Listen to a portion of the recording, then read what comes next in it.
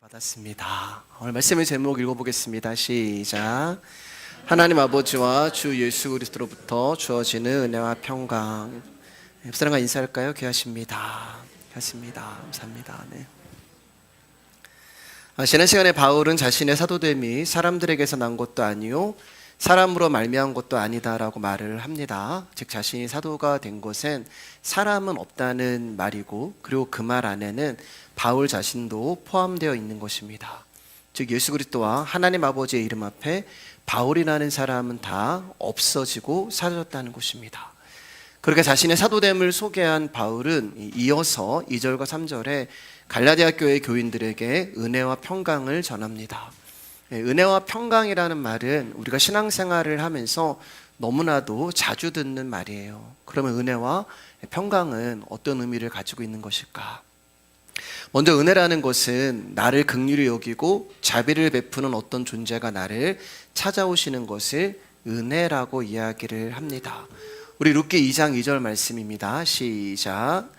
모압 여인 룻이 나오미에게 이르되 원하건대 내가 밭으로 가서 내가 누구에게 은혜를 입으면 그를 따라서 이삭을 죽겠나이다 하니 나오미가 그에게 이르되 내 따라 갈지어다 하매.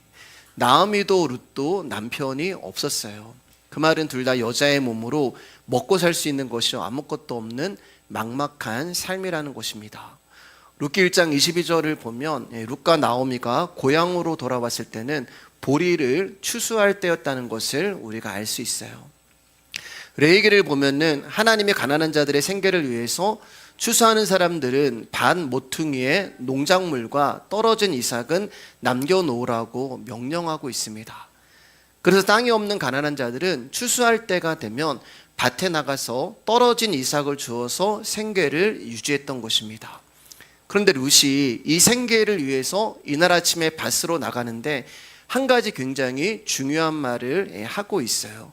그게 뭐냐면은 2절 말씀에 내가 누구에게 은혜를 입으면 이렇게 이야기를 하고 있어요. 집을 나서면서 어머니 제가 오늘 이삭을 줍고 오겠습니다. 그런데 제가 누구에게 은혜를 입으면 이렇게 말을 해요.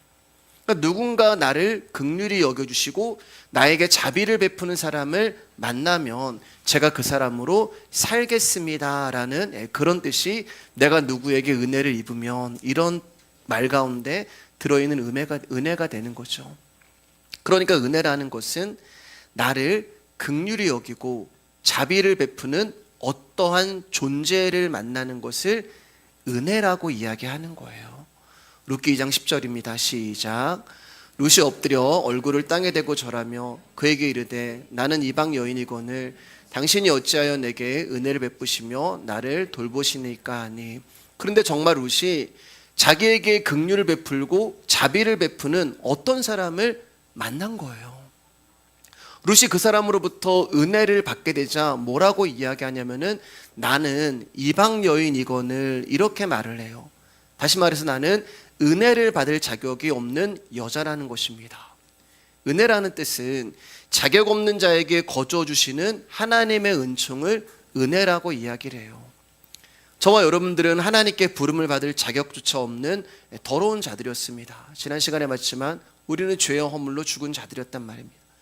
즉 저와 여러분 안에는 하나님의 의를 의지하고 믿을 만한 자질과 자격이 아예 처음부터 없었던 사람들이에요. 다시 말해서 내가 자격이 있어서 당연히 구원을 받은 것이 아니라 하나님과 전혀 상관이 없는 저주받은 이방 여인이었는데 보아스 되시는 예수님이 나를 찾아오시고 보아스 되시는 예수님이 나를 긍휼히 여겨주시고 자비를 베풀어 주셨기 때문에 저와 여러분들이 구원을 얻어서 그분의 신부가 된 거예요. 그게 은혜란 말입니다. 그렇기 때문에 은혜라는 단어 외에는 사람이 무언가를 할 수 있는 공간과 기회가 단 1%도 없는 거예요. 왜냐하면 은혜는 100% 그분이 선택하신 것이고 100% 그분이 불러주신 것이고 100% 그분이 찾아오신 것이고 100% 그분이 이루어주신 것이고 주신 것이기 때문에 그렇습니다. 이 룻이 바로 저와 여러분이란 말이에요. 그러니까 보아스 되시는 예수님의 은혜가 룻이 나는 우리의 상황과 처지와 눈물과 아픔을 불쌍히 여겨주시고 긍휼을 베풀어 주셔서 우리가 그 은혜를 입은 자들이 된 거예요. 그래서 내가 누구에게 은혜를 입으면 그렇게 말씀하는 것입니다. 누가복음 1장 28절입니다. 시작. 그에게 들어가 이르되 은혜를 받은 자여 평안할지어다 주께서 너와 함께 하시도다 하니 마리아가 기도를 하고 있는데 천사가 찾아와서 은혜를 받은 자여 평안할지어다 주께서 너와 함께 하시도다라고 말씀을 주십니다. 그러니까 은혜를 받았다는 것은 그분이 나와 함께 하신다는 거예요. 여러분, 제가 말하는 공통점이 있습니다. 지금 그것은 은혜를 존재로 말씀드리는 거예요. 룻이 만난 은혜도 존재고 마리아가 만난 은혜도 그 은혜가 너와 함께 할 거야. 존재란 말이에요. 그 존재가 나와 함께 있다는 것은, 주께서 너와 함께 있다는 이 하나님의 말씀은 우리 가운데 감격을 주고 위로를 주고 힘을 주고 평안을 줍니다. 아마 저와 여러분들이 마리아처럼 하나님의 음성을 직접 듣는다면, 마리아야 평안할지어다, 은혜를 받았다, 주님이 너와 함께 하신다, 이런 음성을 우리가 직접 듣는다면 여러분, 우리는 가슴이 벅차고 눈물 나고 두 손을 들고 하나님께 제 삶을 바치겠다고 하는 고백과 함께 영광과 감사와 사랑을 고백을 하나님께 드렸을 거예요. 그런데 이어지는 천사의 메시지는 결코 마리아에게 기쁜 소식, 복음이 될 수 없다는 말입니다. 아니, 절대 마리아에게는 이루어져서는 안 되는 말씀이에요. 30절 31절입니다. 시작. 천사가 이르되 마리아여 무서워하지 말라. 내가 하나님께 은혜를 입었느니라. 보라, 내가 잉태하여 아들을 낳으리니 그 이름을 예수라 하라. 마리아가 지금 은혜를 받았고 마리아가 그 은혜를 입었는데 그 내용이 뭐냐면은 마리아가 임신했다는 거예요. 여러분, 하나님이 주시는 은혜를 마리아가 받아버리면 마리아의 인생은 무너지는 것입니다. 그렇잖아요. 처녀가 임신했단 말입니다. 당시 유대인의 약혼은 결혼에 앞서서 1년 정도 유지되던 관계로서 우리나라의 약혼과는 달리 결혼과 같은 강한 법적 효력을 갖고 있어요. 일단 약혼을 하게 되면 두 사람은 법적으로 부부가 됩니다. 그래서 마태복음을 보면 요셉을 남편이라고 이야기하고 마리아를 아내로 기록하고 있는 거예요. 그러나 아무리 법적으로 부부가 되고 호칭도 남편과 아내로 불리우지만 결혼하기 전까지는 유대인들은 함께 살아서는 안 되고 육체적인 관계를 철저히 금지하는 것이 그들의 법이었어요. 그렇기 때문에 마리아가 임신을 했다는 것은 마리아가 외도를 했다는 뜻이 된단 말입니다. 자, 그럼 이러한 배경에서 볼 때 지금 마리아가 임신을 해? 그러면 심각한 상황이 된 거예요. 요셉과의 결혼이 깨어지는 것은 물론이고 마리아의 가정은 유대 사회로부터 매장을 당하게 되고 무엇보다 마리아는 남편이 있음에도 불구하고 간음을 했다는 이유로 돌에 맞아 죽어야 되는 운명이었어요. 그게 어떻게 은혜가 됩니까? 마리아를 찾아오는 하나님의 말씀은 그녀를 죽이는 말씀이지 그녀를 살리는 은혜가 아니란 말입니다. 저와 여러분 중에 이와 같은 은혜를 받고 싶은 사람이 누가 있겠어요? 사람은 자신의 인생을 무너뜨리고 고통스럽게 하는 것이라면 무조건 거부하고 싶고 피하고 싶은 것이 인간 본연의 마음이란 말입니다. 우리는 하나님의 은혜를 생각할 때 그분의 은혜를 받으면 내 인생이 형통하게 되고 막혔던 길이 열릴 것으로 생각을 합니다. 사업이 잘 되고 취업이 잘 되고 원하는 학교에 가고 질병에서 고침을 받고 대인관계가 잘 되고 불가능 일이 풀리고 내가 원하는 소망이 착착 이루어지는 것들을 우리는 하나님의 은혜라고 생각을 합니다. 그래서 그런 일이 일어나면 하나님 감사합니다라고 우리가 주님 앞에 고백을 하고 눈물을 흘리고 그렇게 살아가요. 내가 원하는 소망이 이루어지는 것들을 하나님의 은혜라고 생각을 하지, 자신을 힘들게 하고 아프게 하고 고난 가운데 두고 죽이는 것을 어찌 우리가 하나님의 은혜라고 말할 수가 있겠어요? 그러니까 지금 마리아에게 일어나는 일은 은혜가 아니라 저주란 말이에요. 그렇기 때문에 그녀는 하나님의 은혜를 받으면 안 돼요. 하나님의 약속을 거부해야 한단 말입니다. 왜냐하면 그래야만 그녀가 살 수 있는 유일한 길이기 때문에 그래요. 그래서 성경은 뭐라고 얘기해요? 은혜를 받았다고 이야기합니다. 이러한 저주를 마리아에게 퍼부으면서 은혜를 받은 자여 네가 하나님 앞에 은혜를 입었다라고 이야기를 하는 거예요. 왜 성경은 지금 마리아에게 저주를 하면서 은혜를 받았다, 입었다라고 이야기하는 것일까요? 하나님이 주시는 은혜는 마리아를 힘들게 하고 죽이고 고통스럽게 하고 멸망시킨다는 것을 하나님은 분명히 알면서도 왜 마리아를 향해서 은혜를 받은 자여라고 하시냐는 거예요. 도대체 마리아가 받은 은혜가 무엇이길래 성경이 이렇게 말씀하는 거냐는 것입니다. 마태복음 1장 23절입니다. 시작. 보라, 처녀가 잉태하여 아들을 낳을 것이요 그의 이름은 임마누엘이라 하리라 하셨으니 이를 번역한즉 하나님이 우리와 함께 계시다미라. 누가복음도 그렇고 마태복음도 그렇고 룻기도 그렇고 은혜를 얘기하는 정의는 같아요. 그게 뭐예요? 예수 그리스도가 나와 함께 하시는 것. 그게 은혜란 말이에요. 여러분, 말씀을 나의 처지에서 보면은 마리아처럼 불쌍한 사람이 누가 있어요? 재수가 없는 일이고 일이 잘 안 풀리는 것 같습니다. 또 그렇게 일을 만드신 하나님이 이해가 안 되고 잔인해 보이고 또 우리를 조롱하는 것처럼 느껴지기도 해요. 그런데 여러분, 한번 진지하게 생각해 보세요. 이 천지를 창조하시고 이 우주를 만드신 만물의 왕 중의 왕이 나 같은 사람을 찾아오셔서 나를 신부 삼으시고 그것도 모자라서 내 안으로 들어오셨다고 생각을 해보세요. 지금 내 안에 하나님의 아들이 잉태되어 있다고 생각을 해보세요. 여러분, 이거보다 더 큰 은혜가 어디에 있어요? 더 큰 은혜가 있으면 저에게 한번 소개시켜 줘 보세요. 이거보다 더 큰 은혜는 없는 것입니다. 아무에게나 이 은혜가 허락된 게 아니란 말이에요. 그러니까 절대로 일어날 수 없는 엄청난 일이 그분의 은혜로 말미암아 저와 여러분 안에 일어났단 말입니다. 여러분, 마리아가 이 은혜를 받을 때 룻처럼 뭐라고 얘기해요? 주의 계집종이라고 이야기를 해요. 이방 여인이거늘 주의 계집종이거늘 무슨 말이에요? 별 볼 일 없는 여자라는 거예요. 저주받은 여자라는 거예요. 아무 쓸모없는 여자라는 것입니다. 벌레요 지렁이라는 거예요. 여러분, 성경의 기자들이 자기를 하나님 은혜 앞에서 알면 알수록 더 낮아지고 깨지는 거 아시죠? 하나님, 나는 지렁입니다. 하나님, 나는 바퀴벌레입니다. 하나님, 나는 죄인 중에 괴수입니다. 여러분, 벌레요 지렁이라는 거예요.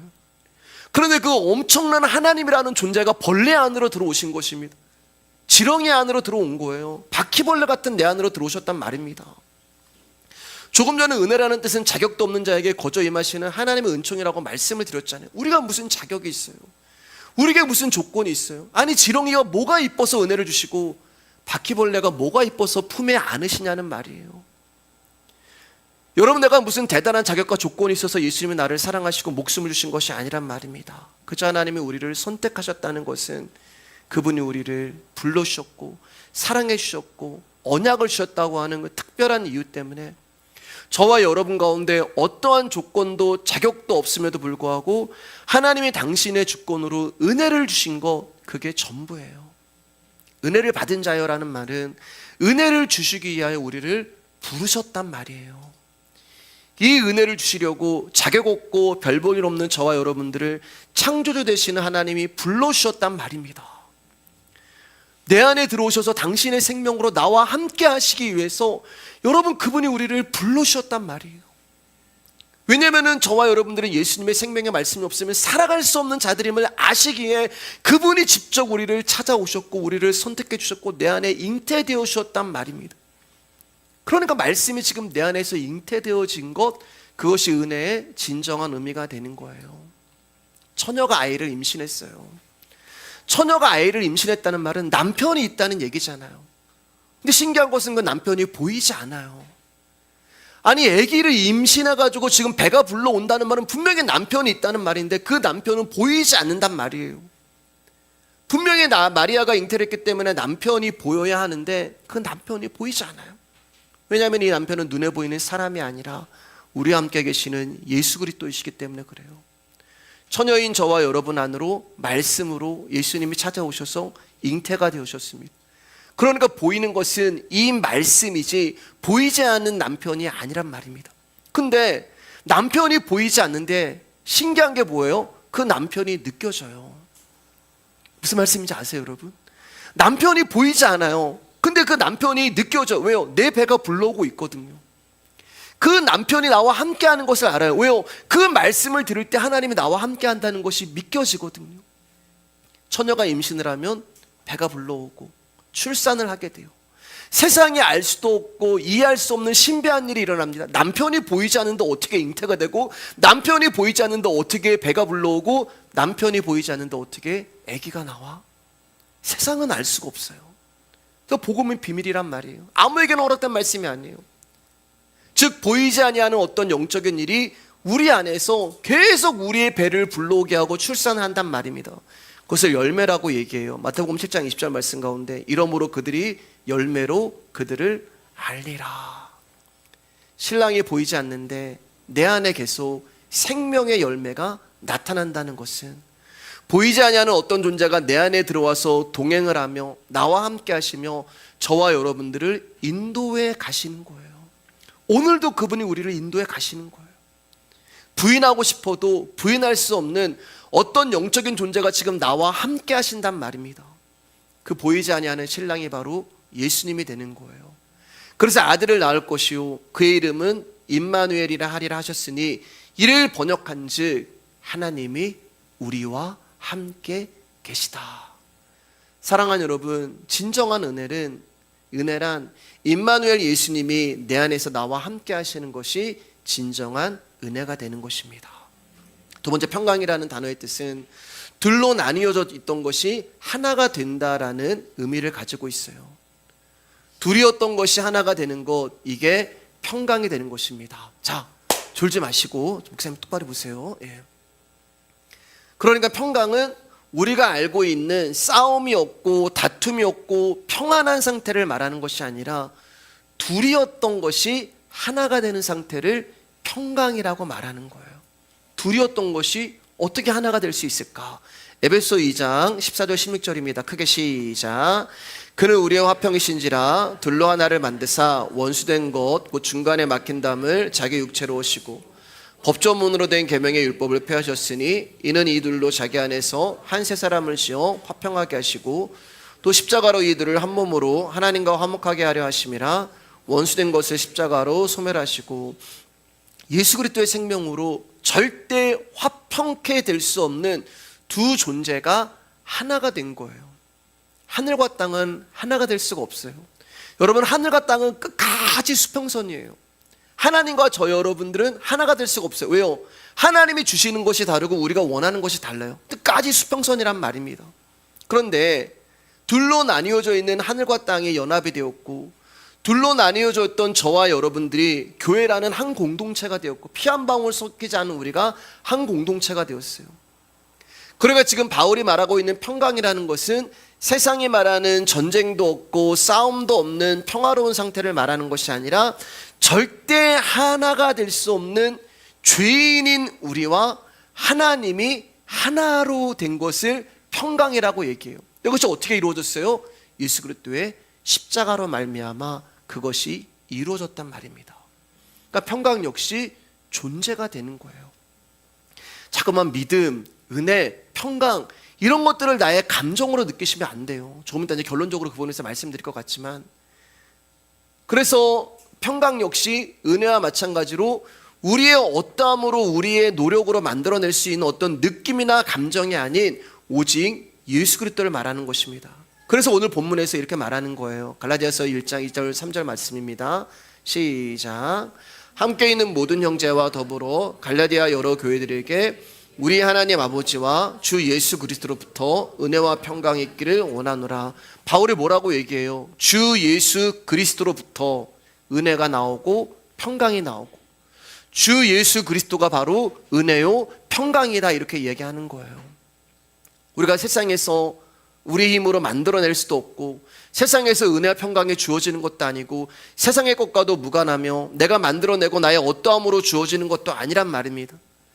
다시 말해서 저와 여러분들이 아무것도 한 것이 없는데 그분의 주권하에서 어떤 결과가 일방적으로 나에게 주어졌는데 그것이 은혜요, 그것이 평강이란 말이에요. 그래서 은혜와 평강이 하나님 우리 아버지와 주 예수 그리스도로부터 우리 가운데 주어지는데 이 은혜와 평강을 받는 주체가 뭐예요? 2절 보니까 갈라디아의 교회 성도란 말입니다. 그러니까 하나님은 당신의 은혜와 평강을 아무에게 주시는 것이 아니라 어떤 한 무리에게만 하나님과 화해가 되어야지만 주어지는 은혜와 평강을 주시고 계시는 거예요. 다시 말해서 은혜와 평강은 예수 그리스도로 말미암아 성도가 된 자들만 이 은혜와 평강을 받을 수 있단 말입니다. 그 성도들의 이름이 루시고 그 성도들의 이름이 마리아고 그 성도들의 이름이 갈라디아 교회 교인들이고 그 성도들의 이름이 오늘 말씀의 교회 교인들이란 말입니다. 그러니까 내 안에 은혜와 평강이 있으면 나는 하나님이 선택하신 신실한 성도가 맞고, 그렇지 않으면 하나님과 전혀 무관하다는 불신자가 된단 말이에요. 자, 그러면 이제 이 은혜와 평강이 제 안에, 여러분 안에 있는지 한번 점검을 한번 해보셔야 되겠죠. 여러분, 내 안에 은혜와 평강이 있는 것 같으세요? 없는 것 같으세요? 아마 답하기 곤란하실 거예요. 왜냐면 우리의 믿음이 조석 같거든요.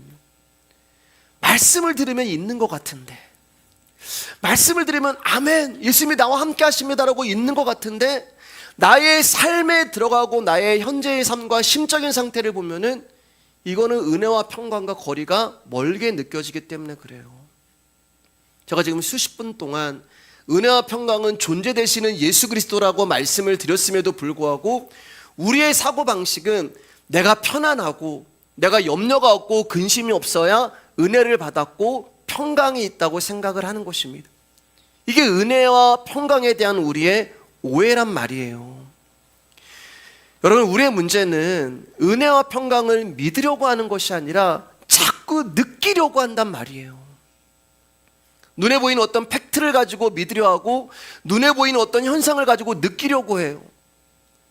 분명히 남편이 없는데도 그 말씀이 존재한다는 것을 우리가 말씀으로 들었음에도 불구하고 보이지 아니하는 하나님의 말씀을 믿는 것이 아니라 눈에 보이는 어떤 신비한 일, 표적, 기적, 현상, 이런 것을 가지고 하나님을 느끼려고 한단 말이에요. 그러니까 체험신앙이 중요해, 경험이 중요해, 이렇게 얘기하는 거예요. 여러분, 신앙은 느끼는 것이 아니라 아는 것입니다. 여러분, 신앙은 느끼는 것이 아니라 예수 그리스도를 아는 거예요. 예수님이 저와 여러분 안에 있다는 것을 아는 것이고, 그분이 나에게 행한 일을 아는 것이고, 그분의 하늘나라를 아는 것이고, 그분이 어떤 분인가를 아는 거예요. 그거에 믿는 거란 말이에요. 우리는 하나님에 대하여 민감해지고 진리에 대하여 민감해져야 되는데 우리는 내 감정에 대해서 민감해져요. 그래서 그 삶이 롤러코스터를 타는 것 같아요. 내가 조금 감동이 되면 막 은혜를 받은 것 같고, 세상 누구보다 뜨겁고 누구보다 믿음이 있는 것 같고, 냉랭하면 하나님이 느껴지지 않아.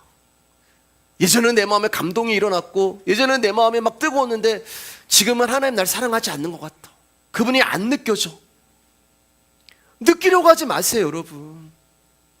아침에는 내가 믿음이 충만해서 온 세상에 행복으로 가득한데 조그만 일이 나에게 생겨도 은혜는 사라지고 평안은 사라지고 내 삶이 세상에서 제일 불행한 삶이 되는 거예요. 이게 우리 연약함이에요. 그런 성경은 끊임없이 자기 부정을 얘기하고 자기 부인을 얘기합니다. 나는 아무것도 아니야. 이 말이 무슨 말이냐면 여러분, 거기서 제발 탈출하라는 얘기예요. 근데 이게 우리 힘으로 안 된단 말이에요, 여러분. 나를 부정하고 나를 부인하고 내가 여기서 탈출해 봐야지, 안 돼요. 우리가 무엇을 노력해서 되는 것도 아니고 배우고 익힌다고 해서 되는 것도 아니에요. 오직 그분의 말씀 앞에 잠잠히 머무는 방법 말고는 우리에게는 없습니다. 그리고 그 말씀 앞에서 나에 대해서 절망하고 하나님의 소망 외에는 답이 없음을 깨닫는 것 외에는 우리에게는 답이 없어요. 여러분, 예수님을 믿는다는 것은 나의 힘을 사용하여 최선을 다하는 것이 아니라 하나님의 최선이 내 안에서 역사하도록 기다리는 거예요. 기다리는 거. 우리는 너무 부지런해요. 그래서 주님의 말씀을 기다리지 못합니다. 너무 부지런해서. 그 말씀이 내 안에 오셔서 일을 하셔야 하는데 내가 너무 부지런해서 그 말씀을 기다리지 못하는 거예요. 그러니까 거기서 나라는 존재의 방법이 나와요. 나라는 존재의 힘이 나오고 나라는 존재의 능력이 나오는 거예요. 이렇게 하면 될 것 같아, 저렇게 하면 될 것 같아. 기다리지 못하는 거예요. 조급한 거예요. 그냥 어떤 문제가 일어나고 어떤 상황이 되고 어떤 어려움이 찾아오면은 하나님의 뜻이 있겠지, 그분이 이것에 대해서 무슨 일을 하시겠지라고 그분이 하실 일을 기다려야 되는데 우리는 너무 부지런하니까 이렇게 하면 될 것 같아, 저렇게 하면 될 것 같아. 그러니까 내 안에서 벗어나지 못하고 계속해서 내 안에서 갇혀 사는 것입니다. 여러분, 제발 좀 기다리세요. 힘들고 답답하고 지치고 포기하고 싶어도 여러분 그분이 하실 일을 믿고 신뢰하고 의지하면서 그분을 좀 기다리시기를 바랍니다. 여러분 예수님이 은혜가 뭐라고 말씀하셨어요? 내가 너와 함께 하는 거야. 약속하셨잖아요. 저와 여러분들이 다 그 이 은혜를 받은 자들이잖아요. 하나님 나와 함께 하십니다. 아멘이시잖아요. 그러면 내 안에 나와 함께 하시는 예수 그리스도가 사랑하는 여러분, 나의 상황과 아픔과 상처와 문제와 할 수 없음을 모르시겠냐고요. 너 한번 잘해봐라 이렇게 조롱하시는 분이겠냐고. 나보다 나를 더 잘하시는 분이 예수 그리스도가 아니십니까? 그런데 그분이 나와 함께 하시는데 내 삶에 고난이 와요? 그분이 내 삶에 함께 하시는데 내 안에 절망이 있어요? 그분이 나와 함께 하시는데 내 인생 가운데 문제가 있어요? 그러면 무슨 말이에요 여러분? 예수님이 허락하신 고난이고 예수님이 허락하신 문제란 말입니다. 예수님이 이 문제에 대해 하나님의 뜻이 있으시기에 우리로 하여금 절망하게 만드시는 거예요. 여러분 이건 제 이야기가 아니에요. 성경에 있는 수많은 인물들을 보면 하나님이 그들이 자기 자신에게 철저히 절망할 때까지 도와주셨어요? 아니요. 침묵하셨어요. 침묵하세요. 그 상황을 받아들이고 내 힘으로 이것은 어떻게 할 수 없구나. 나에게 소망이 없구나. 나는 절망뿐이구나라는 걸 깨닫게 될 때까지 하나님은 침묵하세요. 기다리세요. 그리고 그때 하나님 내가 정말 할 수 있는 것이 아무것도 없습니다. 그 입술의 고백이 아니라 입술만으로 나는 아무것도 아닙니다 이런 거 말고 여러분 이제는 좀 진짜 주님 제가 할 수 있는 게 아무것도 없네요. 나는 절망이고 불능입니다. 그걸 정말 진실로 깨닫게 될 때 그 자리로 하나님의 소망이 찾아오시는 거예요. 나의 절망의 자리에 하나님의 소망이 찾아오시는 것, 그게 은혜 아니겠습니까? 그게 평강이 아니겠습니까? 근데 이 예수님이 내 안에 사실 일을 기다리지 못하니까 거기서 나의 방법이 나오고 나의 힘이 나오고 나의 생각이 나오고 우리가 계속해서 염려와 근심에 사로잡혀 살아가는 거예요. 여러분 그 은혜가 우리를 찾아오십니다. 요한복음 5장 1절 4절입니다. 시작. 그 후에 유대인의 명절이 되어 예수께서 예루살렘에 올라가시니라. 예루살렘에 있는 양문 곁에 히브리 말로 베데스다라는 못이 있는데 거기에 행각 5이 있고 그 안에 많은 명자, 맹인, 다리 저는 사람, 혈기 마른 사람들이 누워 물의 움직임을 기다리니 이는 천사가 가끔 못에 내려와 물을 움직이게 하는데 움직인 후에 먼저 들어가는 자는 어떤 병에 걸렸든지 낫게 되밀어라. 베데스다 연못에는 한 가지 소문이 있었어요. 천사가 내려와서 못을 동하게 하면은 이 연못이 움직일 때 그 연못에 어떤 병이 걸렸던 사람이든 먼저 들어가는 자는 고침을 받는다는 전설이 있었습니다. 그래서 그 연못 주에는 많은 병자들이 항상 바글바글 거렸어요. 그래서 3절 말씀 보면 그 안에 많은 병자들이 있었어요. 근데 성경은 세 부류의 병자만 기록하고 있습니다. 많은 병자들이 있었는데 맹인, 다리 저는 사람, 혈기 마른 사람, 이 사람들을 왜 등장을 시켰냐? 여러분 이 사람들은 물에 들어가고 싶어도 들어갈 수 없는 존재들이기 때문에 그래요. 맹인은 물에 들어가지 못해요. 앞에 보이지 않기 때문에. 다리를 저는 사람이 소화불량이나 감기에 걸린 사람보다 못에 먼저 들어갈 수 없습니다. 혈기 마른 자는 중풍병자를 말하는데 중풍병자가 어떻게 뛸 수 있어요? 그러니까 이 세 부류의 병자들은 자기 힘으로 연못에 들어갈 수 없는 자들이란 말이에요. 다시 말해서 자기에게 자격과 조건이 안 되는 할 수 없는 자들이란 말이에요. 근데 문제는 뭐냐? 안 된단 말이에요 여러분. 안 돼요. 그 연못에 들어갈 수 없는 자들이란 말입니다. 근데 이 사람들은 자기가 어떤 상태인지를 몰라요. 내가 지금 중풍병자고 내가 맹인이고 내가 혈기 마른 자라는 것을 몰라요. 그런데 자기 상태가 어떤지 모르니까 뭐 하는 거예요? 물이 동하기만을 바라고 있어요. 저 물이 동하면은 내가 제일 먼저 들어가야지. 그 연못만 뚫어지게 바라보고 있는 거예요. 못 들어가는데 내가 어떤 상태인지를 모르니까 저기에만 들어가면 마치 무언가를 할 수 있는 자처럼 착각을 하며 살아간단 말입니다. 아무것도 못하는데. 5절 말씀에 거기 38배 된 병자가 있더라. 성경은 이제 베데스다 연못에 있는 많은 환자 가운데서 한 사람을 클로즈업하고 있어요. 그를 38년 된 병자라고 소개를 합니다. 38년, 40년 이런 성경에 이런 단어가 나오면 인생 전체를 말하는 거예요, 여러분. 그 사람 인생 전체를 말하는 거예요. 날 때부터 누워 있었단 말이에요. 태어날 때부터 자리에 누워 있었던 사람, 베데스다에 있는 병자들조차, 이 세 부류의 저주받은 병자들조차 경쟁 상대로 여기지 아니하는 더 밑바닥에 있는 사람이 등장을 했단 말이에요. 그 사람이 38년 된 병자예요. 이 사람이 저와 여러분이에요. 근데 이 사람도 뭘 하고 있어요? 연못만 바라보고 있어요. 이 사람도 역시 물이 동할 때 베데스다에 들어가기 위해서 연못만 바라보고 있어요. 무려 38년 동안 못 들어가는데, 절대 불가능한 일인데 무슨 일이 일어나겠지, 저 못에 들어가면, 내가 먼저 들어가면 난 날 수 있겠지. 그래서 우리는 희망이라고 얘기하고 소망이라고 얘기하는데, 여러분은 희망이고 소망일 뿐이에요. 못 들어가요. 이 사람은 누워 있습니다. 이 사람은 움직일 수 없어요. 이 사람이 연못에 들어갈 수 있는 방법이 두 가지가 있죠. 하나는 누군가가 자기를 들어서 연못에 던져주는 것입니다. 근데 이 일은 불가능해요. 왜냐하면 거기에 모이는 사람들은 다 자기의 병에 간절한 사람들이에요. 무좀이 걸렸든 어디에 종기가 났든 세상에서 제일 아픈 거예요. 다른 사람이 어떻게 되든 말든 내 병이 제일 우선이고 내가 제일 아픈 사람이기 때문에 내가 제일 먼저 들어가야 되는 사람들입니다. 그렇기 때문에 누군가가 이 베데스다 연못에 38년 된 병자를 안아서 연못에 넣어줘, 이런 일은 절대 일어날 수 없어요. 그럼 또 다른 하나는 뭐냐? 그것은 베데스다 연못이 이 사람에게 찾아와서 이 사람에게 부어지면 이 사람은 날 수가 있어요. 그렇잖아요. 근데 이 일은 앞에 하나보다 더 불가능한 일입니다. 어떻게 연못이 이 사람에게 와서 부어지느냐 말이에요. 그런데 말도 안 되는 그 불가능한 일이 일어난단 말입니다. 6절입니다. 시작. 예수께서 그 누운 것을 보시고 병이 벌써 오랜 된 줄 아시고 이르시되 내가 낫고자 하느냐. 여러분, 지금 누가 38년 된 병자에게 말을 걸고 있어요?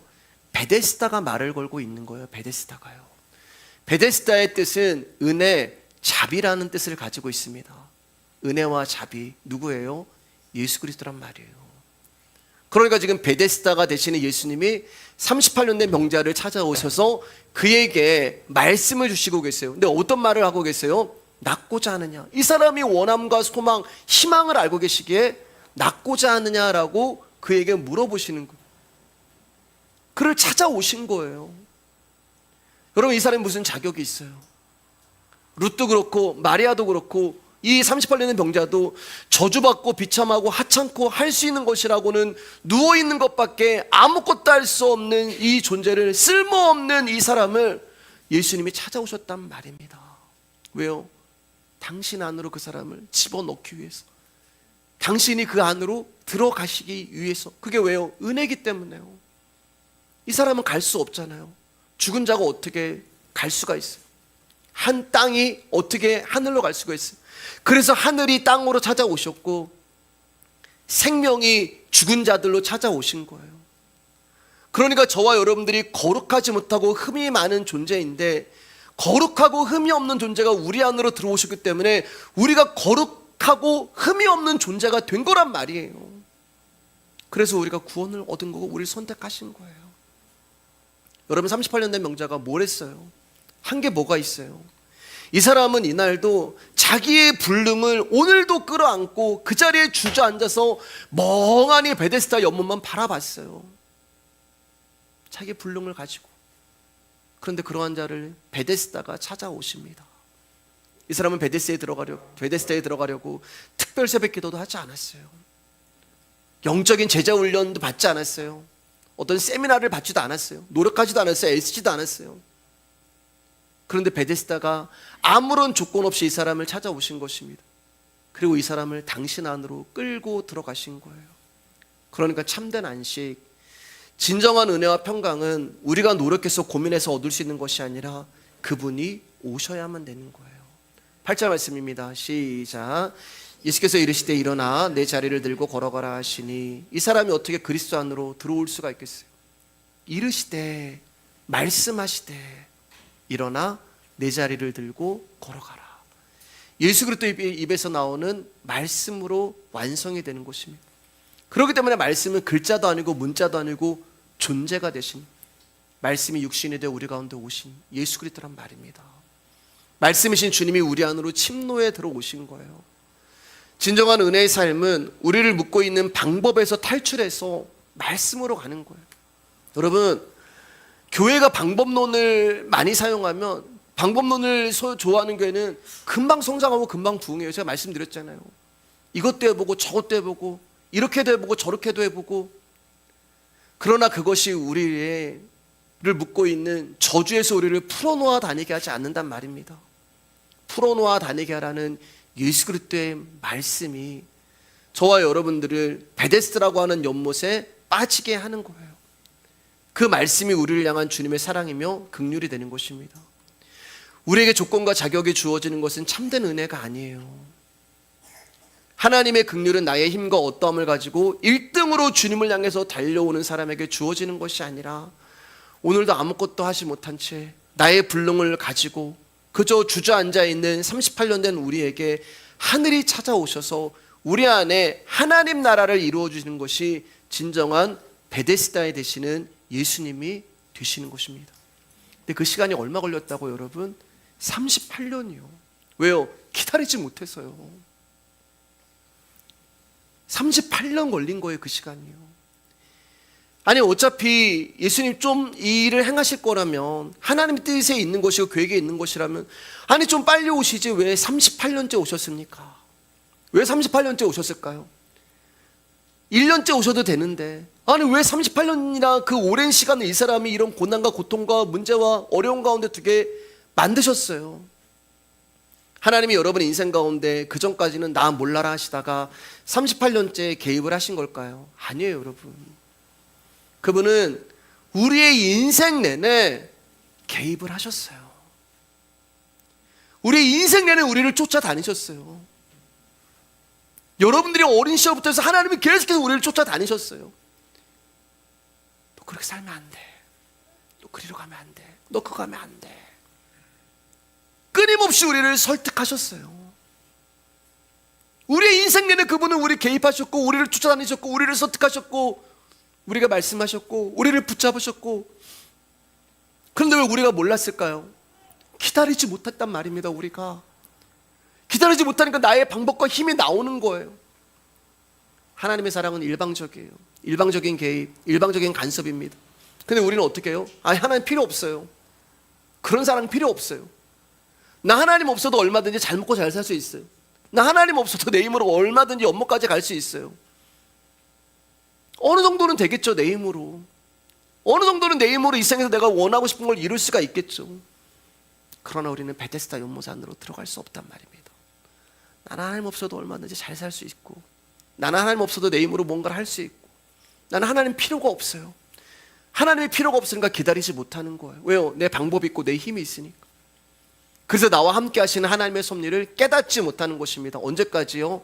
37년 23시 59분 59초까지 모르는 거예요. 그리고 38년이 되었을 때 그제서야 이 사람이 내가 누구인지를 알게 되는 것입니다. 그제서야 뭐야, 나 다리가 움직이지 않네? 뭐야, 나 내 의지와 상관없이 일어설 수 없는 자네? 그제서야 나에게 힘이 없다는 것을 알게 되고, 그제서야 나는 누군가가 도와주지 않으면 살아갈 수 없는 존재라는 것을 알게 되는 거예요. 그저 자기가 할 수 있는 것은 다른 사람이 연못을 향해서 달려가는 것을 보는 것이고, 기어가는 것을 보는 것 외에 나는 할 수 있는 것이 아무것도 없다는 것을 37년 23시 59분 59초에서 1초가 딱 넘어가는 38년째 되는 시간에 알게 되는 거예요. 여러분, 사람이 이런 상황에 처하게 되면 제일 먼저 나오는 반응은 부정을 해요. 부정. 하나님, 나는 아니에요. 내 인생 가운데 이런 일이 일어난다고요? 나는 이런 곳에 올 사람이 아니에요. 나는 이런 대우받을 사람이 아니에요. 난 이런 거 먹을 사람이 아니에요. 나는 여기 있을 사람이 아니에요 라면서 내 존재를 부정합니다. 그리고 내 주변에 일어나는 모든 것들, 사람들, 사건들까지 부인하게 되어 있어요. 근데 하나님은 침묵하시죠. 그럼 그 다음 무슨 일이 일어나냐? 어떤 반응이 일어나냐? 두 번째로 나오는 반응이 원망을 합니다. 내 인생에 대해서 화가 나고, 나를 챙겨주지 아니하는 사람들에 대해서 원망이 되고, 환경에 대해서 원망이 돼요. 그럼 세 번째 반응은 뭐예요? 좌절해요. 체념해요. 포기해요. 그래서 다른 말로 뭐라고 말씀드렸어요? 받아들인단 말입니다. 그제서야 받아들이는 거예요. 그때가 언제라고요? 1초가 지나버리는 38년이 되는 거예요. 그때 그분이 찾아오십니다. 아니요, 찾아오신 게 아니죠. 늘 내 옆에 계셨어요. 늘 나에게 간섭하셨고, 늘 나에게 일을 하셨고, 늘 나에게 말씀하셨던 분이에요. 근데 그제서야 그분이 보이기 시작하는 것입니다. 그것을 우리는 하나님의 때라고 이야기하는 거예요. 나에게서 절망의 최극점을 보게 되는 그 순간, 내가 주님께 한 발자국도 나아갈 수 없는 존재라는 것을 알게 되는 그 순간, 그곳이 바로 하나님의 때가 되는 거예요. 평강에 대해서 이제 한 군데만 말씀 더 나누고 이제 말씀 정리하겠습니다. 요한복음 20장 19절입니다. 시작. 이날 곧 안식 후 첫날 저녁 때에 제자들이 유대인들을 두려워하여 모인 곳에 문들을 닫았더니 예수께서 오사 가운데 서서 이르시되 너희에게 평강이 있을지어다. 예수님이 십자가에 죽으시고 안식 후 첫날 저녁 때 제자들이 모였습니다. 근데 여기 보면 재미있는 표현이 있는데 문을 닫았다 이렇게 얘기하고 있어요. 근데 왜 문을 닫았다고요? 두려워서 문을 닫았대요. 왜 두려웠냐면은 내가 예수님의 제자라는 것이 드러나면은 나도 예수님처럼 참수를 당할 수 있기 때문에 그게 두려워서 문을 닫고 있는 거예요. 그러니까 지금 제자들 마음 가운데는 평강이 아니라 두려움과 불안과 무서운 마음에 숨어버린 것입니다. 즉 그들에게는 평강이 없는 거예요. 자, 그런데 그들에게 예수님이 찾아오셨어요. 그리고 예수님이 제일 먼저 그들에게 뭐라고 말씀하시냐면은 평강이 있을지어다. 그들의 마음을 아시고 평강이 있을지어다라고 얘기하시는 거예요. 자, 그러면 평강이 뭐냐? 마음이 편안한 상태가 아니란 말이에요, 여러분. 불안이 없는 상태가 아니란 말입니다. 평강은 예수님이 그들과 함께 있는 게 평강이란 말이에요. 그 예수님이 그들과 함께 있으면 평강할지어다 말한 거예요. 예수님이 없으면 평강이 없는 것이고 예수님이 계시면 평강이 있는 것입니다. 예수님이 제자들을 향하여 평강이 있을지어다라고 하시고 아버지께서 나를 보내신 것 같이 나 너희를 보내노라라고 파송을 하시죠. 즉 아버지가 아들을 이 땅에 보내신 것 같이 십자가에 죽으라고 제자들을 보내신 것입니다. 그런데 예수님의 제자들에게 당신이 가신 그 동일한 길을 가라고 하시는 거예요. 놀라운 일이 일어나요, 여러분. 무슨 일이 일어나요? 유대인들이 두려워서 문을 닫고 있던 제자들이 복음만을 가지고 예수님을 위하여 자신의 생명을 드리는 일들이 일어납니다. 지금 유대인들이 나 잡아올까봐 불안해 있는데 예수님이 나타나셔서 평강이 있을지어다라고 당신을 제자들 가운데 주시니까 이제 그들 가운데 두려움이 아니라 예수님을 위해서 자신의 복음, 예수 그리스도의 복음을 위하여 생명을 드리는 일이 일어나는 거예요. 예수님이 계시지 않을 땐 자신들만 존재한다고 생각할 때는 두렵고 근심과 염려를 함께 했는데 사랑하는 여러분, 예수님이 나와 함께 하시는구나. 이것이 믿어지니까 세상과 나는 간 곳 없고 구속한 주만 보이는 역사가 일어나는 거예요. 어떻게 우리가 염려를 이길 수 있고 근심을 이길 수 있고 걱정에서 벗어날 수 있겠습니까? 예수님이 나와 함께 하신다는 것을 믿으시는 거예요. 예수님이 나와 함께 하신다는 것을 아는 거예요. 이것을 알 때 세상이 알 수 없는 평강을 소유한 자가 되는 것입니다. 골로새서 1장 20절입니다. 시작. 그의 십자가의 피로 화평을 이루사 만물 곧 땅에 있는 것들이나 하늘에 있는 것들이 그로 말미암아 자기와 화목하게 되기를 기뻐하심이라. 십자가로 화평을 이루신다고 말씀하십니다. 하나님이 우리와 화목하게 되시기 위하여 당신의 아들 예수 그리스도를 십자가에서 죽이셨어요. 왜냐하면 하나님과 화목을 이룰 수 있는 방법은 이 방법밖에 없기 때문에. 그래서 예수님을 화목제물로 십자가에 죽이시고 하나님과 우리를 화평하게 하셨습니다. 놀라운 것은 하나님이 그걸 기뻐하신대요. 자기 아들이 죽어가는데 기뻐하신대요. 세상에 어떤 아버지가 내 아들이 죽어가고 있는데 기뻐하신다고 말씀하세요? 근데 하나님은 아들이 십자가에서 난도질 당하며 죽어가고 있는 것을 보시면서 그게 기쁘다라고 얘기해요. 여러분, 하나님이 이렇게 우리를 사랑하셨단 말입니다. 자기 아들이 십자가에서 난도질 당하는데 이 방법 말고는 저와 여러분들이 하나님과 화평과 평강과 화목을 누릴 수 없기 때문에 자기 아들이 십자가에 죽어간 것을 보면서도 그게 기쁘다. 하나님이 이렇게 우리를 사랑하신 거예요. 그러니 제발 나의 방법으로 힘으로 능력으로 무언가를 하려 하지 마시고 주님의 일하심을 기다리시고 바라보시란 말입니다. 평강으로 가득 차 있는 왕이 십자가에 죽으실 때 그 평강이 펑 하고 터져버린 거예요. 예수님 십자가에 죽으실 때 평강의 왕이잖아요. 평강의 왕이요 자비 하나님이시잖아요. 예수님 십자가에 죽으실 때 펑 하고 평강이 터져버린 거예요. 그리고 그 평강은 민들레 호시처럼 바람을 타고 당신이 구원하기로 작정한 선택한 백성들을 찾아가셔서 거기에 심겨진 거예요. 말씀으로 꽃을 피울 수도 없고 열매를 맺을 수도 없는 죽은 땅인 저와 여러분 가운데 화평이라는, 평강이라는, 은혜라는 그 말씀의 씨를 뿌림으로 우리가 꽃을 피우게 된 것입니다. 이게 진짜 내적 치유래요. 내적 치유지. 어디 가서 세미나 듣고 하나님 당신을 사랑하십니다, 소망하십니다, 이게 내적 치유가 아니란 말이에요. 말씀에서 내가 위로를 못 받고 소망을 못 발견하는데 어떻게 사람의 입에서 나오는 그 말씀으로 여러분 힘을 얻으려고 하세요. 예수 그리스도의 말씀이 진짜 치유의 이름이 되는 것입니다. 말씀을 정리해 마치겠습니다. 내 인생에 일어나는 여러 가지 문제로 인하여 여러분 우리는 지치고 힘이 들 때가 있어요. 고통스러울 때가 있습니다. 눈물 날 때가 있어요. 한숨 쉴 때가 있어요. 무너질 때가 있어요.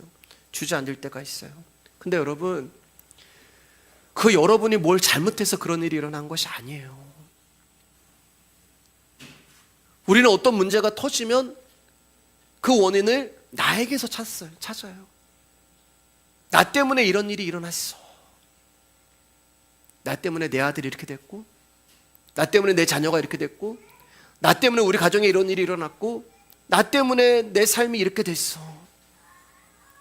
그 모든 일의 문제를 나에게 있다고 이야기하고 그 책임을 내가 끌어안아요.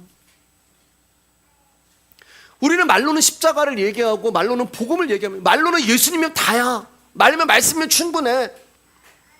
말로는 복음이면 다야.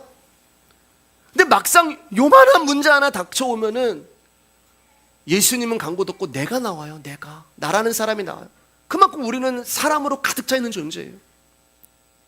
왜냐하면 이 문제가 나에게 책임이 있다고 생각을 하기 때문에 그렇습니다. 그러니 누가 무슨 획기적인 방법을 제시하면은 거기에 막 귀가 열리고, 누가 와가지고 이렇게 하면 돼, 저렇게 하면 돼, 거기에 손짓하고 그 사람의 말에 귀가 열리는 거예요. 좋아요, 여러분. 그러면 그렇게 하면 여러분 문제가 해결됩니까? 그 사람의 방법이 솔깃하고 그 사람의 말이 뭔가가 당기는 게 있어가지고 그대로 하면은 그 문제가 해결이 되고 거기서 자유해지던가요? 아니요, 여러분. 오히려 그 문제에 대한 책임감 때문에 더 깊은 수렁에 빠지고 거기서 헤어나오지 못하게 되는 것입니다. 여러분 잘못이 아니에요. 여러분 때문이 아니에요. 우리의 모든 실존의 문제에 대한 답은 나에게서 예수님께로 넘어가야 돼요. 우리를 만드신 그분께 있는 것입니다. 즉 내가 해결할 수 없는 문제. 근데 그분이 약속하셨잖아요. 내가 너와 함께 있어. 내가 약속하신 분이 뭐라고 말씀드렸어요? 데살로니가전서 5장 24절 말씀 가운데 너희를 부르신 이는 믿으시니, 믿을만하시니, 신실하시니 그가 또한 이루시리라. 약속하신 그분이 이루실 것입니다. 부활의 생명으로 오신 그분이 완성하실 거예요. 그분은 반드시 저와 여러분들을 회복시키실 것이고, 그분은 나를 통하여 영광 받으실 것이며, 그분이 내 안에서 당신이 풍성하게 드러나게 하실 것이에요. 내 안에서 지금도 나와 함께 하시는 아버지 하나님이 나를 아시고 나를 긍휼히 여기시고 나를 도와주실 것이에요. 그분의 은혜와 평강은 우리가 얻어낼 수 있는 것이 아니라 그분이 주셔야만 하는 것입니다. 오늘도 나의 할 수 없음을 인정하며 주님만 붙드는 저 여러분 되시기를 축복합니다.